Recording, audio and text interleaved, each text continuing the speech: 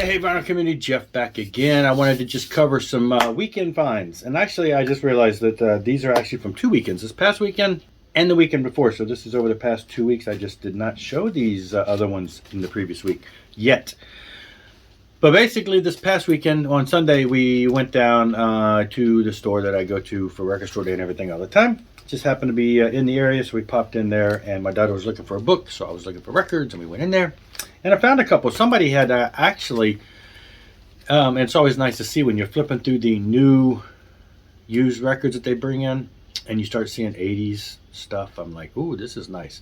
Now, they didn't have a lot that I didn't already have. I mean, somebody dumped a whole bunch of Van Halen stuff, typical stuff. They bought, a bunch of Police, some of the other stuff. It was all, they had Loudness, Quiet Riot, stuff like that, things that I already had. And so, but I did find a couple that I did not have, but I could have came out with a lot more. I could have bought a lot of they had some pop stuff too. Like I said, there was some Police stuff that I don't have, but yeah, it was like, ooh, this is nice. I grabbed Worldwide Live by the Scorpions, and actually this was a record that I picked up. I almost picked up in the other record store a week or so ago.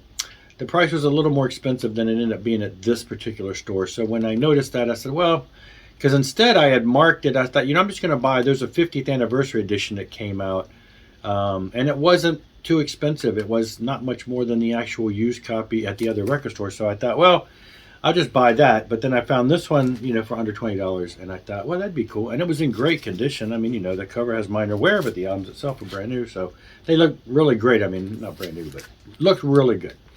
So yeah, I want to grab that. This is my heyday. This is I bought this when it came out. This is back when we were really big into Scorpion. So this is really one of those pivotal releases that I needed to have, and I just finally am getting around to getting that. And then let's see. Well, let's go with this one. Hanoi Rocks. Honestly, never have ever owned. I could have done that video thread about bands I've never owned. But anyway. Hanoi Rocks is a band I've never owned anything by. Back in the day, I heard clips from them in the 80s, and I just didn't like them. And I don't know why I didn't like them, but I only heard clips, never gave much of a chance. But I realized that they're pretty popular, and I probably should give them a chance, and the price was right, so I grabbed this one. So, finally, I have some Hanoi Rocks in my collection for the first time in decades. So this is the kind of stuff I was seeing that I was like, oh, look, more 80s stuff. So yeah, I'm going to give this a spin. Like I say, I really have never really ever checked out anything by them over the years. I just was really never much a fan.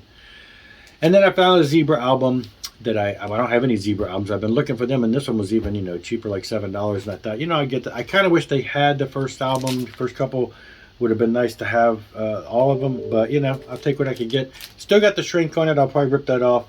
Got the old price on it, and then the record itself was in great condition. No insert or anything, just standard stuff. Yeah, so somebody had one of the later Zebra albums, but not the earlier one. So yes, again, just some cool stuff to fill the holes. Then the week before that, I went to the record store where I saw the other Scorpions for a little more price.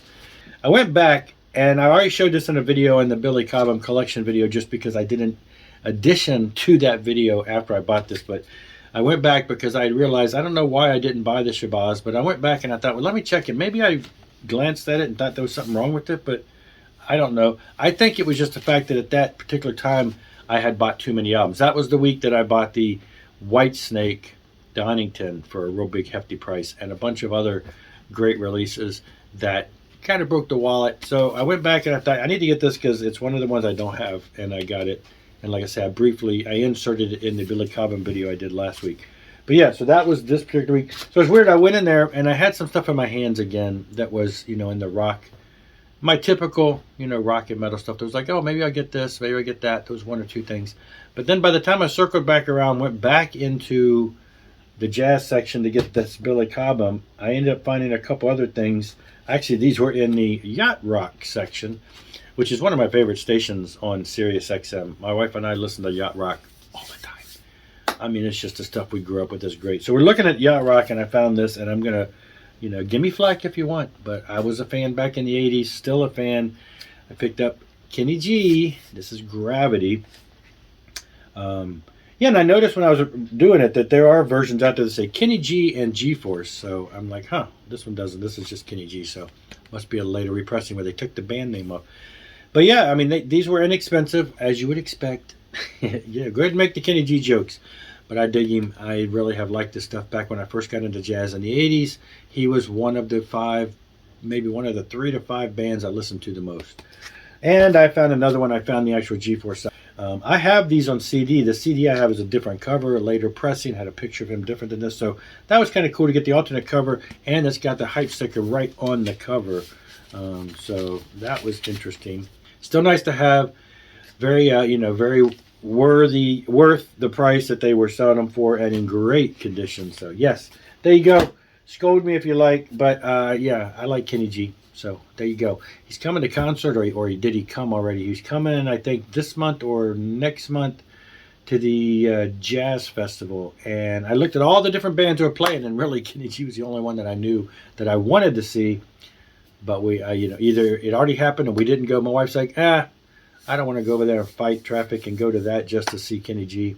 And then I just got to notice that there's another festival in a different area, another jazz festival with Dave Koz, which I would like to see also. And I can't recall if there was something about that one too where I'm like, I don't recognize anybody else. But there you go. Two weekends worth of goodies from 2 different stores. And that's it for this one. And I'll see you later. Rock on and rock hard.